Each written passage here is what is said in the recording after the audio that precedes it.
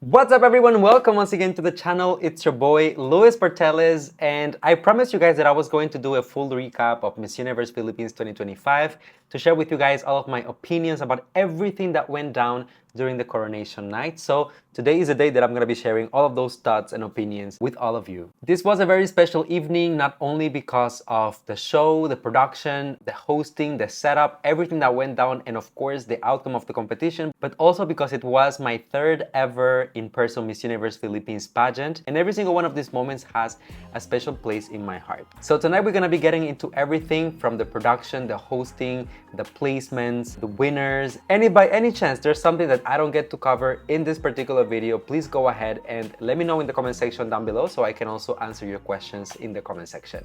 I would like to start by praising the opening number of the competition because it was such a vibrant moment, full of colors. There were dancers, it felt very traditional, very typical, and the fact that they brought back the Mabuhay song from one of the previous years of Miss Universe when it was held in the Philippines, while at the same time modernizing the song and giving it a new twist. It felt a little bit nostalgic for those who have been following Miss Universe for a couple of years, and at the same time it introduced the song to a whole new generation of fans who have started following the pageant in recent years. My first impressions of the stage were that, well, in terms of staging per se, this was not necessarily anything extraordinary, although they really make sure to have proper big screens on stage. We did get a tiny runway in front of the stage as well, but I feel like most of the effort in this edition was really put not only in the quality of the screens, but the graphics, also the camera work, which in my opinion was remarkable. I feel like they also upgrading the cameras because the video that we were seeing on the screens on the side were very much HD, the colors were vibrant, so I do feel like there was a lot of thought and work that went into that. If I was to compare it with previous editions of Miss Universe Philippines, I would say perhaps last year when they had the opening with Marina Summers and Michelle D also coming out and everything, that edition to me was a little bit more spectacular, but I do think that from the aesthetic side, this one was a little bit superior. I also really love the fact that they had our reigning Miss Universe with all of the Continental queens as well, and let me tell you, all of them looked absolutely incredible. Each one of them had a moment to shine on stage, and at the same time, with the colors that were being played on the screen, it just made such a beautiful moment. I have to pinch myself real quick to realize, my God, I am here. This is really happening. We're just about to crown a new Miss Universe Philippines, and like the entire court of Miss Universe is also here. So this was also the moment during the opening that we got to see all of the girls come out on stage wearing the opening number dresses, which by the way, I think they looked beautiful in them. They were not really like overly sexy or overly revealing. You could see that there was a lot of work that was put into these dresses because of the patterns and the design that were chosen. My guess is that a lot of this was done by hand, so I do have to commend the designers and everyone who worked on this. To give every single one of the girls a personalized fitted dress is not a small task. Well, just to wrap it up on the opening number, I also really enjoyed the moment when all of the girls got to dance with the reigning Miss Universe and the Continental queens. Everyone was super synchronized. It was like they all know the choreography, whatnot. So I'm gonna be honest, this opening, it felt like it was even better than the opening that we got at Miss Universe in Mexico. In every single aspect of the show, this was superior. And I don't mean this as shade or whatsoever to Miss Universe. I hope that they can actually watch and learn from this because this is what pageant fans deserve. This is the level of production that we expect. I know that we ask for a lot and we expect a lot, but this is exactly what meets our expectations. All right, so let's talk about the initial top 24, and this was the very first cut of the entire competition. So we go from 69 contestants, and then we have to select only 24 of them. To be quite honest, and I'm really gonna try to say this with love, whoever did not place, I am really sorry, but when I looked at the top 24, I actually believe that this is kind of what I envisioned if I had to make like, you know, pick the girls that I thought did enough to make the cut. Everyone who I thought needed to be there actually made the cut.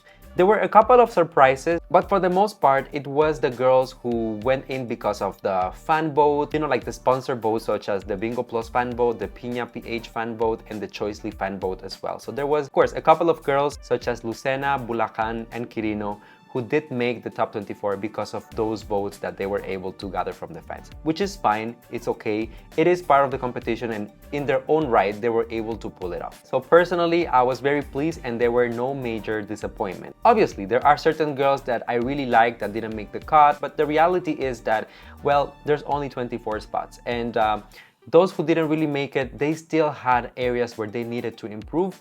I felt that overall it was a fair selection process. Let's talk about the first official competition of the finals, which was of course the swimsuit competition. And honestly, every single one of the ladies brought their A game for this particular round. There was not a moment where I felt like this girl really is a complete disappointment. Of course, there were certain candidates who were able to stand out a little bit more than others, who were a little bit more on top of their technique, on top of, you know, the presence and the aura on stage. But for the most part, I do have to give them props because everyone showed up and showed out. I also want to give props to the designer who made the swimsuit for the ladies, because this two-piece set really looked great on everyone. There wasn't a candidate that I felt like, oh, this is ill-fitting, it's not really putting her best foot forward. Everyone looked incredible. Production and the whole team of Miss Universe Philippines overall tried their best to deliver something that was fitting for everyone and that kind of met the standard of what national pageant fans and international fans would expect from Miss Universe Philippines. If I had to pick perhaps a couple of my favorites during this particular round,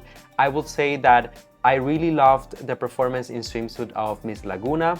Eloisa always showing up and showing out with those long legs, the voluminous hair, the confidence, the facial expressions. She really was the whole package during that night. Of course, I am always in awe of my girl from Baguio, Gwendolyn Soriano. If you watched my previous video just before finals, I was telling you that I thought she was one of those dark horses who perhaps could even win the title of Miss Universe Philippines. So definitely my expectation was very high for her, and she definitely nailed it. Also considering that she was battling an eye infection and dealing with some hair loss in the process. So really, thumbs up for this girl. Miss Iligan was also a very pleasant surprise for me, because although she was not so much on my radar all throughout the competition, she really showed why she earned that spot within the top 24, and she definitely gave her absolute best in order to impress the judges. Of course, some of my favorites and biases, such as Sultan Kudarat, spectacular. That moment that Chelsea had in front of the stage, in front of the judges, with the hair flip, I mean, it was just iconic, and you can feel the reaction of the people in the venue in real time. So you can, it's a very validating experience, because you feel like I'm not the only one who feels this, right? Everyone is on the same page that she is doing an incredible job. Miss Cebu City made the most out of her moment. I honestly feel like this girl in terms of performance is almost unmatched in this edition. Really talented, really fierce, and I will tell you guys a little bit more about her going forward, but I was really impressed by her swimsuit performance. Ileana Maria Duana, as usual, killing it, impressing everyone with the body, the physique. There isn't much that I will change all throughout her performance. Muntinlupa Teresita Winwin Marquez just showed why she is such a veteran, why she is such an accomplished, not only woman, but beauty queen in every single sense of the word. She nailed her performance. And of course, our very own Ahtisa, Miss Quezon Province, who was able to deliver a very fierce, up-tempo performance without losing that little softness and innocence that is so characteristic of Ahtisa. There's no other way to describe it other than she had that winning glow that round. Right after the swimsuit round, of course, we move on to the next cut in the competition. And this time around, I will say that there were also no major surprises for me in terms of the cut. Most of the girls that I felt like needed to proceed to the next round of the competition were able to move on to the next round. However, there were a couple of upsets. Basically, we go from a top 24 to top 12. We are cutting literally half of the competition. So there were a couple of girls that I felt like perhaps could have moved on and gone further if they were given the chance. For example, Miss Ifugao, Valerie West, I mean, just such an exceptional performer. Every single time that she will go on stage, you couldn't take your eyes off her. Miss Dabao was one of my favorites as well. I talked about her a couple of times during the competition, and I thought that she had so much to offer in terms of her styling, her presence, just her overall natural beauty. She's a standout in my humble opinion. There were a couple of people complaining about the fact that Miss Quirino was able to move on to the top 12, given the fact that her performance was not as polished as some of the other contestants. But Miss Quirino won one of those categories for like the fan vote. So in all fairness, she did make the cut because people were voting for her. So it's something that, you know, it's part of the game. It is what it is. We have to live with it and embrace it. But overall, when I look back at this entire thing, I feel like those who really needed to be within the top 12 actually made it. Once the top 12 was finalized, they all had to compete once again in the evening gown round, and my God, these ladies did not disappoint. First of all, let's talk about Miss Quirino, who, as I mentioned, entered because of the fan vote. Honestly, I thought that she did give a good fight. She came out with a beautiful dress. It was very well designed, very well crafted. I did feel though that she lacked a little bit on the performance side of things, so maybe just a little bit more on the confidence, on the on-stage presence, that there needed to be some adjustments. But overall, it was a very good look. Miss Pasay, who I mentioned before, was one of the fan favorites within the organization to actually win the title for Miss Universe Philippines, ended up coming out with a beautiful gown as well, which in my opinion was a step up compared to her preliminary competition gown. Although we still could feel that when it comes to her performance skills, there was still some polishing that was needed. Miss Laguna looked absolutely incredible in white. It's a new side of her that we got to see during finals. As usual, a great performer, great presence on stage. The dress was beautiful, and she came out with a cape that created a whole moment. Miss Iligan was also super interesting because she came out with a white cover hiding her dress, so there was a little bit of a reveal moment, and when she did, it was actually a beautifully stoned evening gown designed by my friend Gian La Sala. And I will say this, out of all of the girls in the competition who managed to make the top 12, Miss Iligan's evening gown was the brightest. It was literally shining like a star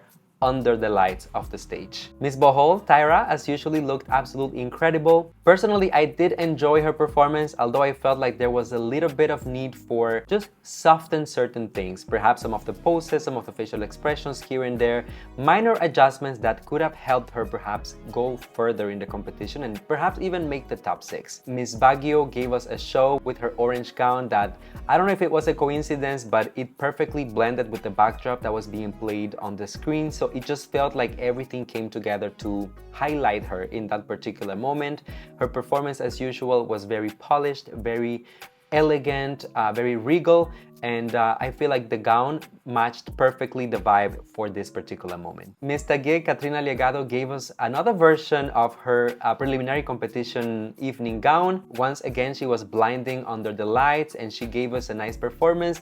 Although, as I mentioned before on my preliminary review, the gown is a little bit stiff. You could feel like she was struggling to move around with it so much, but the wow factor was there nonetheless. Sultan Kudarat has never failed to give us a performance, and this time around was no exception. She looked like a goddess in her silver dress with the blue fabric accentuating, which kind of made everything soft, and it blended so well with her fair skin. As usual, Chelsea will always pull up a red lipstick, and with the very dark hair, she looked like a Barbie doll. Miss Cebu City, interesting case because I thought that she had one of the simplest evening gowns in the entire batch. Still beautiful, but something that it's a little bit more predictable. But still, regardless, this woman has so much potential that she was able to overshadow a lot of the other girls in the top 12 simply with her performance, her charisma, her aura on stage. So although the gown was not necessarily my favorite, I am really happy with how she performed. Miss Siniloan Laguna, Ileana, created a moment as she usually does. Came out with a gown that hugged her figure perfectly. She was absolutely snatched. I loved the attention to detail on the evening gown, the jewelry, even the little accents with the headpiece. Everything was well thought out. And I'm really not surprised because that's basically Ileana's brand. Miss Muntinlupa came out looking fierce with a pink gown with a similar design to her preliminary evening gown. Obviously not quite the same, but precisely the lower part of the dress with the fringe and the movement, it just really accentuated her performance in that sense. I will say if I had to modify anything about her look, I will say to maybe just soften up a little bit on the makeup, and perhaps a lighter shade of pink would have blended a little bit better with the lighting and the backdrops that were being played on stage. But of course, that's something that perhaps she cannot predict herself ahead of the show. These gowns take months of work just to get completed. Last but definitely not least, we have Ahtisa Manalo, of course, who came out in a beautiful princessy-like evening gown. Felt like it bridged perfectly the essence of Ahtisa, going from her Miss International stint to Binibining Pilipinas and now Miss Universe Philippines. The gown was very fitting to her personality and her story as well. Now, of course, let's address the elephant in the room, the moment that Ahtisa fell on stage and everyone was going crazy, myself included. Some people were saying that she did it for clout or just to, convince the judges, to make them gain sympathy for her. Personally, I don't think that's the case. The body language, the facial expression expression was pretty clear, and I think that she recovered beautifully. She was able to complete her routine, looking confident, exuding a very fierce aura, and she simply moved on as if nothing had happened. So of course, I think that it did play in her advantage. It did gain her some points, but not intentionally, rather just because the judges were able to see that she's a professional at what she does. Right after the evening gown, once again, we have to cut one more time, and this time we can only select 6 ladies that will moving on to the next round of the competition. To be quite honest, if you watched my last video where I was giving you the crown contenders, the girls that I thought that could actually win the competition, I was very happy and very surprised with the actual ranking, because all of the girls that I mentioned within that video actually ended up making the top 6.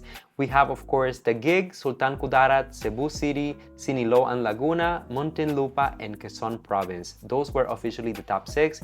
If honestly I was expecting someone else to be there, perhaps I would have selected Miss Baguio and Miss Laguna, who I thought gave a stellar performance that would have easily earned them a top 6 placement. However, I have to acknowledge that the ladies who actually did make the top 6 were deserving. So I wouldn't necessarily take that position from anyone just to put another one of the newbies. But it is safe to say that the top 6 was most definitely dominated by the veterans. Now, of course, we proceeded with the Q&A round, and honestly, I'll just give you some light opinions about this because I do want to make a full reaction to the Q&A portion, which I will be posting tomorrow, so stay tuned for that. But overall, to be quite honest, I was not such a big fan of the political questions when it comes to the elections. I usually don't like when pageantry gets too much into politics, but I feel like for the most part, all of the ladies handled it well. As I said, tomorrow we will dig a little bit further, but if I had to let you know perhaps who had the best answer of the night, it is by far Miss Cebu City, who gave the best, most impactful, most direct answer in my opinion. Who had the most emotional answer, I will say it's by far Ahtisa, who was able to make it super personal and was able to give an example of something that everyone saw, which was her fall on stage, and then make a link to the death of her grandmother, which also was heartwarming for everyone. For the other ladies, I feel like they delivered what was expected of them. They didn't disappoint, but also didn't necessarily go the extra mile with the Q&A. All right, and right after the Q&A, it was time to announce the winner of the entire batch. We didn't have like a previous cut whatsoever. We just went for the Miss Universe Philippines. And of course, it was announced that Ahtisa Manalo, who represented Quezon Province, was the new Miss Universe Philippines. I will say that for the most part, this news was received very, very well. The venue went literally crazy. Everyone was extremely happy. Everyone was shouting. There was a lot of applause. And overall, you could feel the joy in the ambience. There were some comments of people saying that Ahtisa's performance was not the best and that she had a couple of accidents all throughout the night. You know, like she stumbled a couple of times here and there. But to be honest, if you want my opinion as someone who has had the opportunity to be a judge in different pageant systems, usually the organizations are looking for a package, right? They're looking for a girl who can deliver, who can be consistent in all areas, and not necessarily that can be the best in one aspect and then lack in others. Ahtisa is by all means the full package. She is a girl who not only has the experience but has the charisma, she has the communication skills, she is a great performer, she has the looks. So I thought that perhaps even before the finals, she already had a little bit of an advantage when it comes to the selection process, simply because she has proved herself over and over again. Also, it is to notice that this was Ahtisa's 3rd attempt at winning the crown for Miss Universe Philippines. So in a way as well, I feel like the girl has worked hard enough to deserve this chance to represent the country internationally. And that is not to say that anyone else who joined the competition or any of the other girls within the top 6 didn't stand a chance, because I'm sure there was a fair selection process. But I do think that the judges might have taken into consideration not just the performance and how Ahtisa recovered from the accident that happened during finals, but also the fact that this is someone that the people are saying it, like they're expressing, we want her to represent us at Miss Universe. So ultimately, it's not just about who had the best answer or who had the best walk or who had the best gown, but who is the best representative for the country. And the countrymen are literally telling you. So this was no surprise, and I am so happy with the outcome of this. Later on, we found out that Ileana Maria Aduana, Siniloan Laguna, ended up as a 2nd runner-up, and Teresita Winwin Marquez ended up as a 1st runner-up of the Miss Universe Philippines. Now, as you guys know, there were also a couple of other titles that were giving right after the ceremony of Miss Universe Philippines. Of course, we have Miss Supranational Philippines 2026, and that went to Katrina Llegado. In the Supra system, they normally really appreciate like the very authentic beauty, and that's exactly what Katrina brings to the table. She's a great performer. She has the looks, she has the fashion, she has the wow factor. So I think that she was a very solid choice for Supra. Miss Eco Philippines ended up being Cebu City, Miss Gabriela Carvalho, and honestly, I'm very happy about this because I thought she delivered a stellar performance from beginning to end, but there were moments in the competition where she was kind of a little overshadowed, especially towards the very beginning, certain parts where she maybe excelled with the performance but lacked a little bit on the fashion side of things. So perhaps this will be a great training ground for her to go compete already internationally at Miss Eco International, polish herself a little bit, and then ultimately, if she wants to join once again Miss Universe Philippines and fight for that crown one more time, perhaps she will be successful at that particular time. Also, it's a little bit of a challenge for her because she is aiming for a back-to-back, considering that Alexi Brooks just won the title of Miss Eco International. And last but not least, we have Chelsea Fernandez representing Sultan Kudarat, who became our next Miss Cosmo Philippines 2025. I knew for a fact that Chelsea was going home with a crown. I didn't know if it was Miss Universe Philippines, but I knew that there will be some crown that she will take home because, again, she's a perfectionist. She pays so much attention to every single detail of everything that she does, and she never lets us down on stage. With the looks, the performance, the aura, everything is always on point. So personally, I was very happy. It seems like there was no charm title this year for the Miss Universe Philippines. Rumor has it that that franchise has now shifted to Binibining Pilipinas. It hasn't been confirmed, so don't quote me on it. It's just the rumors. I was a little bit sad to see Ileana not go home with any crowns. I was kind of already minded for Winwin Marquez that if she didn't get the Miss Universe Philippines crown, she was not eligible for any other titles. So I guess that the Ileana part was a little bit more heartbreaking for me, but who knows? Let's hope maybe Ileana can make a comeback in an upcoming edition of Miss Universe Philippines, or perhaps even a different pageant, because she is a pageant unicorn that could easily fit any mold. So my overall sentiment for the finals of Miss Universe Philippines 2025 was simply that it was a great produced show, from the backdrops to the lights to the choreography, every single cut in the competition. I felt like it was very enjoyable for the most part, very fair, pretty transparent, and ultimately the girls who ended up winning were very deserving as well. I cannot wait to see what Ahtisa will do from now on in terms of her strategy, her preparation, how she will focus. This is literally almost 10 years in the making for Ahtisa, so I am sure that she will unfold a spectacular journey towards the Miss Universe crown. Let me know, you guys, down below, how do you feel about the coronation, the outcome, my comments, my opinions, all of the things that we talked about in this video. And while you're at it, if you enjoyed this, don't forget to drop a like and subscribe to the channel as well. That officially closes the Miss Universe Philippines season here on the channel. I just have one more video left, and is the analysis of the Q&A, which I will post tomorrow. But I want to thank you all for being here and supporting all throughout this past couple of months. I will see you very soon with a lot more coverage. There's a lot of other pageants coming up, so stay tuned for that. See you guys on the next one. Bye.